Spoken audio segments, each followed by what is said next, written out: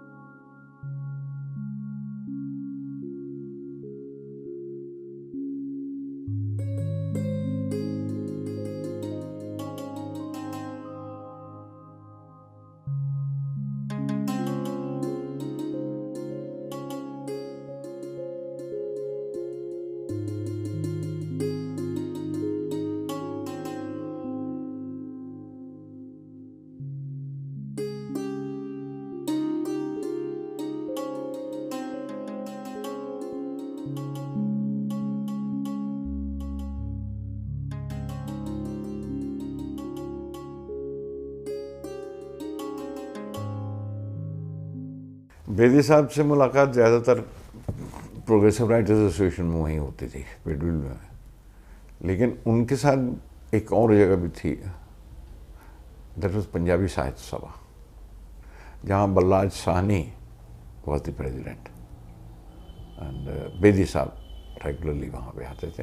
He was sort of patron and सरपरस्त जिसे कहते हैं, लेकिन he saw to it that the Punjabi writers get somebody to go there and meet them or to encourage so that Punjabi writers don't feel forlorn in this। हालांकि उनकी अपनी शख्सियत जो है वो उर्दू के हवाले ही से जानी जाती है, लेकिन ये प्राइवेट कॉलेजेस हुआ करते थे उस ज़माने में, जो पंजाब से मैट्रिकुलेशन और इसकी तैयारी, तो प्राइवेट पंजाब कॉलेज एक था, वहाँ पे मीटिंग हुआ करती थी पंजाबी साहित्य सभा की। लेकिन he was a sort of a surplus and a patron of Punjabi language। Punjabi writers थे जिनमें गुरवेल पन्नू थे, सुखवीर थे, हरनाम सिंह नाज बहुत अच्छे शायर वो थे, और बल्लाज जी क्योंकि पंजाबी के साथ बहुत जुड़े हुए थे, वो तो लिखते ही पंजाबी में थे, तो बेदी साहब से वहाँ ज़्यादा मुलाकातें हुआ करती थी। फिर बेदी साहब ही की मदद से एस स्वर्ण थे वहाँ, जिन्होंने चेतना नाम से एक मैगज़ीन निकालना शुरू किया था, and that is what Bedi साहब looked after, and he looked after not only from the point of view of the writing, even financially. मतलब वो जो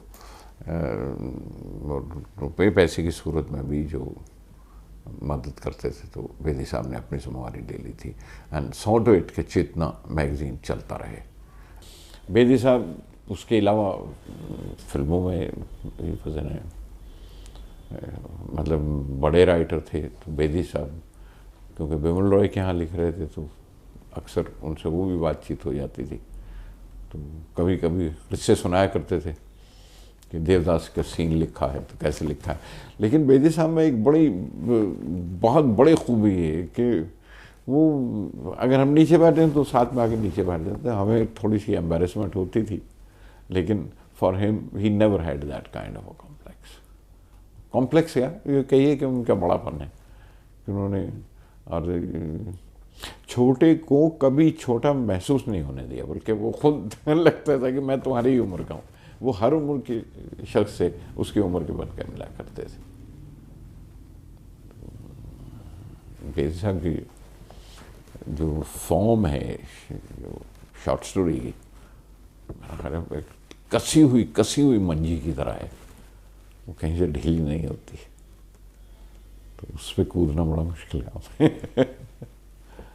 दैट इज व्हाट बेदी साहब is, and his sense of humour, कमाल की sense of humour, हर मौके पे हंसते हुए खेलते हुए। दैट वाज बड़ी प्लेजेंट पर्सनालिटी थी। उर्दू के महान कहानीकार राजेंद्र सिंह बेदी मेरे पतिदेव और उनके बेटे मित्र थे, जो बाद में फिल्में में भी बनाते रहे ना। तो एक अदब से मैं उनके पाँव छूती थी तो बड़ा हंसते थे, पाँव मत छुआ करो। तो मुझे याद है दस्तक जब उन्होंने फिल्म बनाई तो वो लंदन में रिलीज़ हुई, तब मैं भी लंदन में थी। उन्होंने कहा तुमने सबको पैम्फलेट बांटने हैं और यहाँ खड़ी हो जाओ दरवाजे पर। अब जो आए मैं उसको एक पैम्फलेट पकड़ा रही हूँ, जो आए मैं उसको एक पैम्फलेट पकड़ा रही हूँ। बेदी साहब खुश। अब एक आदमी ने आकर कहा ये बेदी साहब ये तुसी 10 तक क्यों फिल्म बनाइए। बड़ा हंसे, कह लगे हाँ 10 तक भी है, पर ये है दस्तक जो उर्दू में खटखटाने को कहते हैं, दरवाज़ा खटखटाने को। तो बहुत अच्छी रिस्पांस उनकी फिल्म की दस्तक की। बेदी साहब क्या लिखते थे, ओहो हो। उनकी कहानियाँ पढ़ के तो आदमी बिल्कुल उसी में पूरा जैसे खो जाता है। मैंने उनकी एक कहानी वो बच्चे वाली जो थी, बच्चा लेके एक अनमैरिड कपल जाते हैं कि भाई हमारा बच्चा है, तो एक होटल में कमरा वमरा लेके जाते हैं, और किस तरह मतलब है उनका ये होता है कि बच्चे से यूँ होता है तो फिर वो वहाँ गप्पे शप्पे मारते हैं और बच्चे को बाहर लाते हैं। बच्चा किसी से उन्होंने पैसे देकर लिया होता है, किसी भिखारी से। भिखारी भी उसको सजा वजा के ले जाता था, भाई उसको भी पैसे वैसे मिलते रहे। तो वहाँ पर उन्होंने वो फिर उनकी बाद में वो शादी कर लेते हैं। कितनी कहानी है बेदी साहब की। राजेंद्र सिंह बेदी अफसाना निगार, जाहिर है कि वो पंजाब के रहने वाले थे और उन्होंने पंजाब के देहात पर बड़ी गहरी नज़र डाली है। उसके बाद वो बम्बई में रहे। बम्बई की ज़िंदगी को भी राजेंद्र सिंह बेदी ने बहुत खूबसूरती से बयान किया है। उनके यहाँ मुस्तकिल इर्तका रहा, उन्होंने कभी कंप्रोमाइज़ नहीं किया अपने फ़न से। आखिर तक कहानियाँ जो सिर्फ़ एक सिगरेट एक बाप बिकाऊ है, जो आखिरी ज़माने की उनकी कहानियाँ थीं, उनमें भी महसूस होता है कि इर्तका हो रहा है। चश्मे बद्दूर जो उनका अफसाना है, शुरू का अफसाना जो भोला अफसाना लिखा गया था, लोगों ने हैरत की कि हमारे उर्दू अफसाने में भी इतनी गहराई से कोई सोच सकता है, नफ्सियात पर इतनी गहरी नज़र किसी की हो सकती है। पंजाब के देहात को जब उन्होंने दिखाया तो इतनी गहराई से कोई बारीक जुजियात का तो राजेंद्र सिंह बेदी जुजियात के बादशाह थे। जब उन्होंने एक छोटा सा नॉवलेट लिखा, एक चादर मैली सी, और उसमें पहला ही जुमला लिखा कि आज सूरज की टिकिया बहुत लाल थी, तो यहाँ एक ही जुमले से पूरे नावल की फोरशैडोइंग जैसे की हो उन्होंने। यानी टिकिया तो वहाँ सुहागन थी, फिर वो बेवा भी होती है, सुर्ख थी तो कत्ल भी होना है। उस शहर पे, उस कस्बे पे पूरे पर एक ऐसा वाक़या पेश आना है जिसका इशारा पहले ही जुमले में हो गया, और नेचुरल सीन भी था। ये हमारे यहाँ यूँ तो बहुत पहले शुरू हो चुका था कि हमारे यहाँ उर्दू में बहुत पहले से ही मंज़र निगारी और जुज़ियात निगारी से दो काम लिए गए। एक हकीकत निगारी का कि जो सचमुच है, और बाहर है जो खारजी हकीकत है।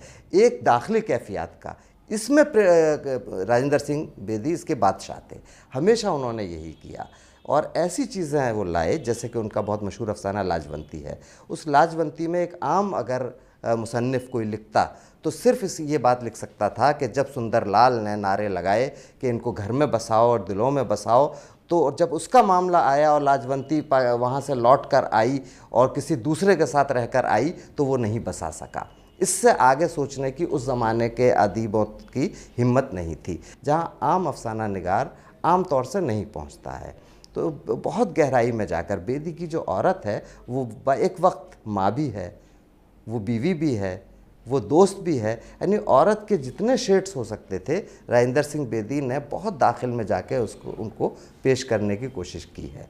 हमारे यहाँ राजेंद्र सिंह बेदी का मैं समझता हूँ कि वही मुकाम है जो रूसी अदब में चेखोव का मुकाम है। यूकेलिप्टस उनका अफसाना है, छोटी छोटी चीज़ों का बयान है, उससे वो बहुत बड़ी बात कहने की कोशिश करते थे। तो यानी जुज़ से कुल तक पहुँचने का अमल उनकी जुज़ियात निगारी का सबूत है। और हमारे बहुत अहम अफसाना निगार हैं। ज़ाहिर है कि राजेंद्र सिंह बेदी जिस गहराई में पहुँचते हैं उसमें दूसरा हम असर नहीं पहुँचता। इसी तरह कृष्ण चंद्र जिस वसत में पहुँचते हैं, अगर कृष्ण चंद्र के यहाँ वसत है तो राजेंद्र सिंह बेदी के यहाँ गहराई है। ये दोनों में बुनियादी फ़र्क है। बेदी बात करते थे तो वो बहुत सोच के करते थे और लगता था कि वो बहुत सोच के कर रहे हैं। अब इसको आप जो भी कह लें, खूबी भी कह सकते हैं, लेकिन मैं समझता हूँ फ़नी इम्तियाज़ ये होता है कि आप लगे ना कि बहुत सोच रहे हैं। वो इनमें सिर्फ मंटो में थी। कहानी को बहुत उम्दा तरीके से कुछ पेश करना चाहते थे जिससे वो पॉलिश की हुई कहानी जो है लगता था कि बहुत सोच सोच के बहुत पॉलिश कर कर के लिखी गई है। तो ये भी एक कहानी पढ़ते हुए लगे ना तो आप इसको खूबी भी कहेंगे कि उसमें कमज़ोरी नहीं होगी, लेकिन खामी एक नेचुरल पैदा हो जाएगी कि वो लगेगा कि आखिर बेचारा जो है उसमें वो स्पॉन्टेनिटी नहीं रही, जो चलता जाए। बहाव बहुत ज़रूरी होता है फ़न में। पानी, खड़ा पानी जो है उसमें वो पैदा हो जाती है। पानी बहता रहे दरिया का तो उससे जो बनता है मामला, मौसीकियत आती है ख़याल में, तो वो तो चलते चलते ही आती है। लगना नहीं चाहिए कि आप बहुत सोच के लिख रहे हैं, लेकिन बदकिस्मती ये है कि ये फितरत अपने आप पर हावी करने के लिए हमें बहुत ज़्यादा, बहुत गहराई से सोचना ही पड़ता है। धुआं निकल जाता है आदमी का इस खूबी को हासिल करने के लिए। हमारे लिए ये लोग तो खुदा थे। इनके बारे में सुन के एक एक नई कहानी जब छपती थी तो भाग के लाना पढ़ना, ये तो आज उनके बारे में बात करना बड़ा मेरे जैसे आदमी के लिए आसान नहीं है। लेकिन ये था कि बेदी साहब को बहुत एक रिगार्ड करते थे हम, बहुत हमारे लिए बहुत बड़े आदमी थे वो, और बहुत पुरखुलूस थे, बहुत हंस के, बहुत अच्छी तरह बात करने वाले। उनकी कहानियाँ हम लोग ज़ाहिर सारी पढ़ते थे, और उसके बाद वो फिल्मों में आए। फिल्मों की उनकी सारी फिल्में, दस्तक देखी, फिर उन्होंने एक चादर मैली सी जो बहुत मशहूर नावल था उनका, वो हमने पढ़ा। तो हमारे लिए फिर उनको जब हम देखते थे कि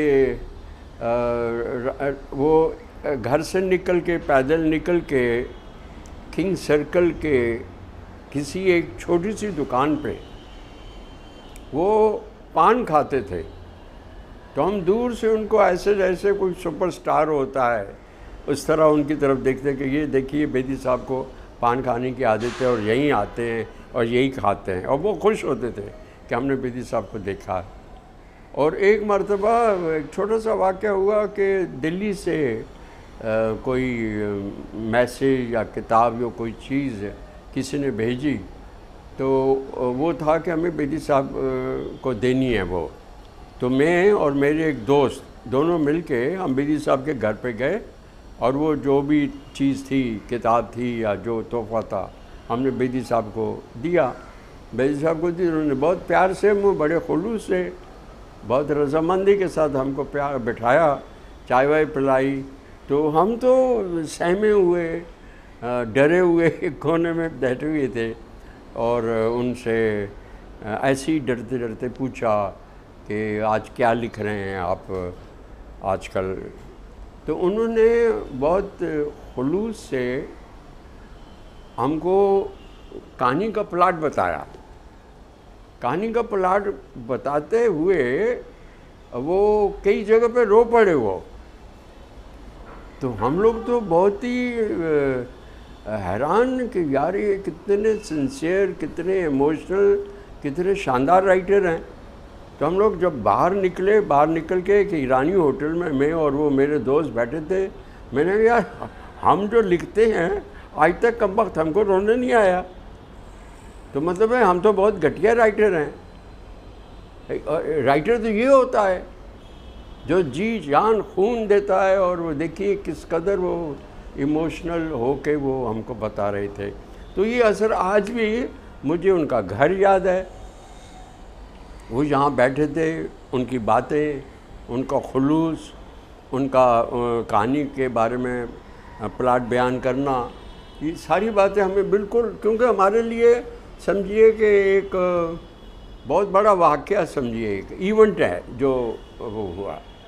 और मैंने बेदी साहब को सारा पढ़ा है, बहुत पढ़ा है। और शुरू में थोड़ा हमको लगता था मुश्किल हैं वो जैसे कृष्ण चंद्र हैं, वो बहुत आसान लिखते हैं, सीधा सीधा लिखते हैं। लेकिन बेदी साहब थोड़ा मुझे लगता है कि थोड़ा ज़रा सा मुश्किल लिखते हैं।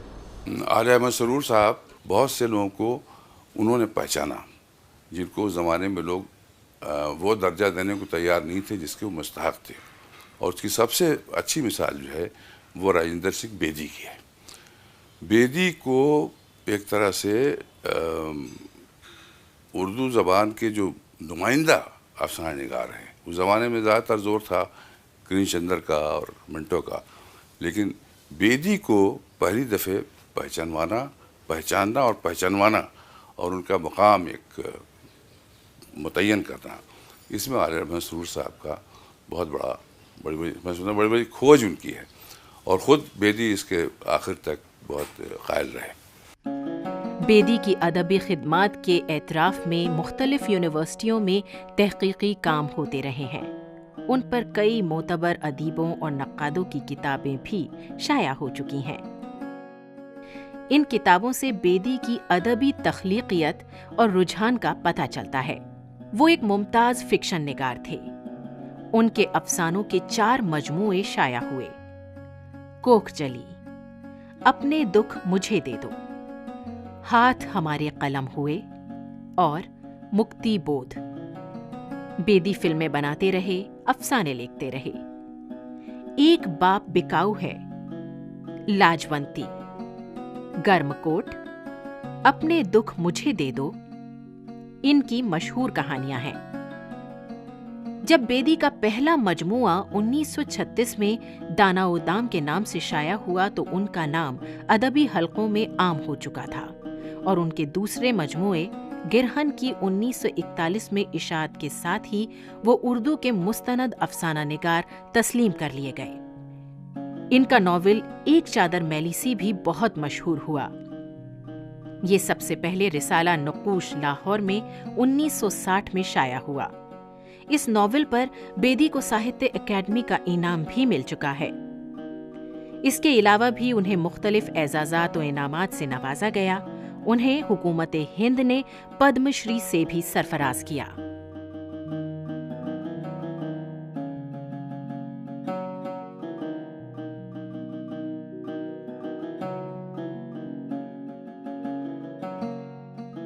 यादें काफ़ी धुंधली सी हैं।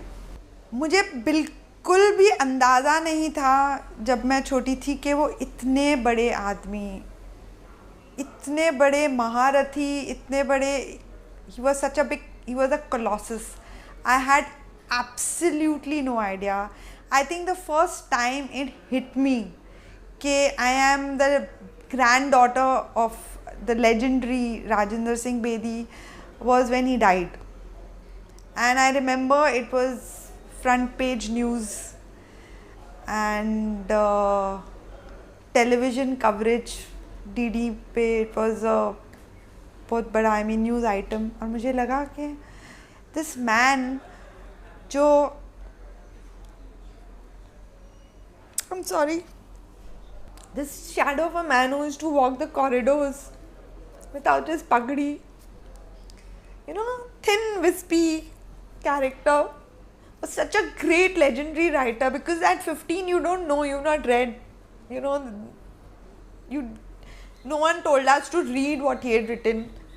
And I really resent my family for, right from my aunts to my father to my mother, that they never told us पढ़ो जो दादाजी ने लिखा है, या किसी ने भी नहीं कहा कि उर्दू सीखो.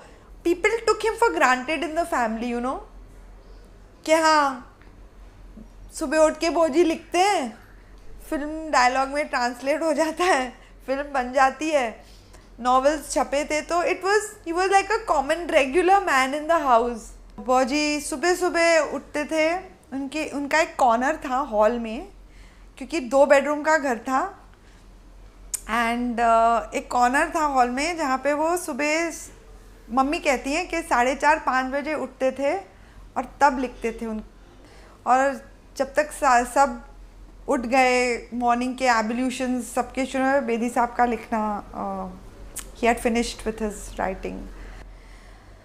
At 32 or 31, when I turned 31 or 32, and I was married by then, I had a son, and I had just conceived my second child.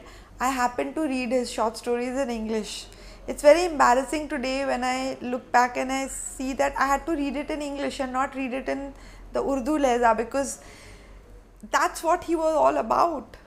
And I remember reading Lajwanti and crying and feeling so helpless that I never knew this man. I never got a chance. I just knew him as a figure who would walk the corridors, who had suffered from a stroke.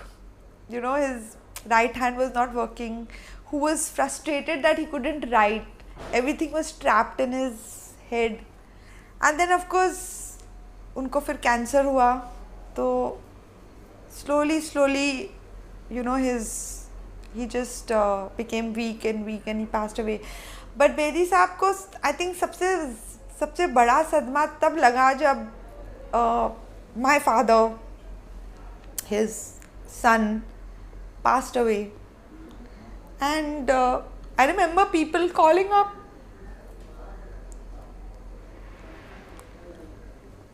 up and saying that Rajendra Singh Bedi passed away, and he felt so bad because his son had passed away, not him, you know, and he was so guilty. He said, "Jana mujhe chahiye tha, but Narinder chala gaya." So that was a huge blow to him, and I think that kind of sucked his spirit, and he just gave up on life. I mean, the only regret I have is कि आज की generation को पता नहीं कि राजेंद्र सिंह बेदी कौन है, और मेरे लिए बहुत शर्म की बात होती है जब कोई मुझे पूछता है, आप राइटर कैसे बने, तो मैं कहती हूँ कि एक्चुअली हमारी family, you know, we are family of film makers. My grandfather was a writer. कौन थे आपके grandfather? Rajendra Singh Bedi. Sorry. Then I say नहीं, उन्होंने देवदास लिखी, सत्यकाम लिखी, अभिमान लिखी, मधुमती. फिर बोलते ओ माय गॉड. फिर जाके कई बार तो ऐसा भी हुआ है कि लोग खड़े हो जाते हैं इन रिस्पेक्ट के. Before I die, I know one thing, I want his name to be revived once again and people to know him for the great writer